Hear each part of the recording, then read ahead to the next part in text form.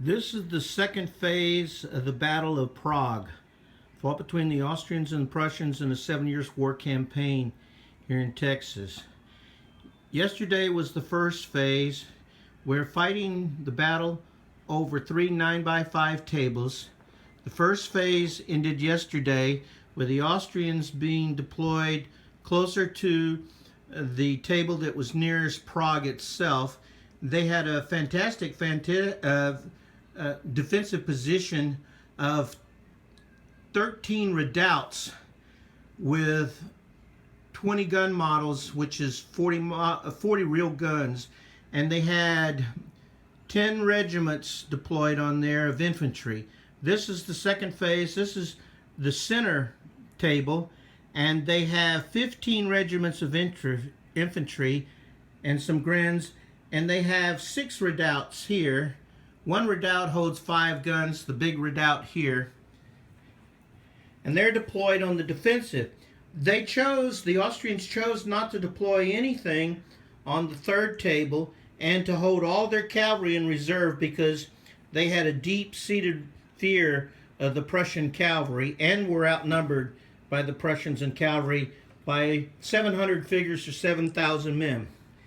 So the Prussians didn't attack on the first table.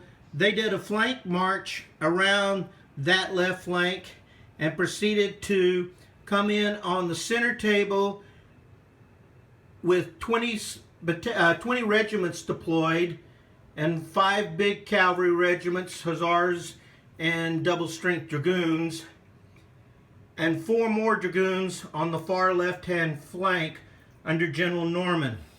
We see the turning action by the Prussian left flank. What we have here is 12 battalions of grenadiers and 8 regiments of infantry, including the Guard in the Prussian army, and 24 gun models deployed, which is 48 real 12-pound guns outside the village. There's a small stream here that's just an obstruction for movement. It cuts speed from 3 to 2 inches a turn when you cross it. Here's the division under Holsten. Here's the infantry back here on the flank under Brevern. Then we have Seiten commanding hussars and cuirassiers. And then we have Schworn with the command of a division. And also here we have Winterfeld with a command of division. And 16 more Prussian guns, which is 32 in reality, the models. The interesting thing was the Austrians deployed theirs over 2 tables, and basically the Prussians had some cavalry regiments on the first table just screening and deployed the majority of their entire force on the middle or center table and attacked. When the Austrians saw this, they almost immediately started retiring.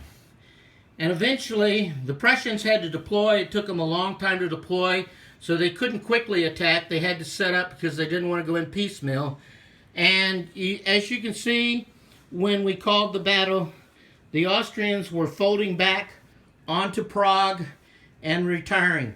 The Austrians decided to send their cavalry down the road 6 marches away to join with General Daun in the new field army, but they took the rest of their infantry and they're held up in Prague, and the Prussians will probably besiege Prague. The only bad thing for the Austrians is they were not able to get all their artillery out of the redoubts and into Prague before the Prussians eventually took over. There'll be more about this campaign as we follow up and find out what happens between Daun and what Frederick decides to do. These are all 6mm Adler.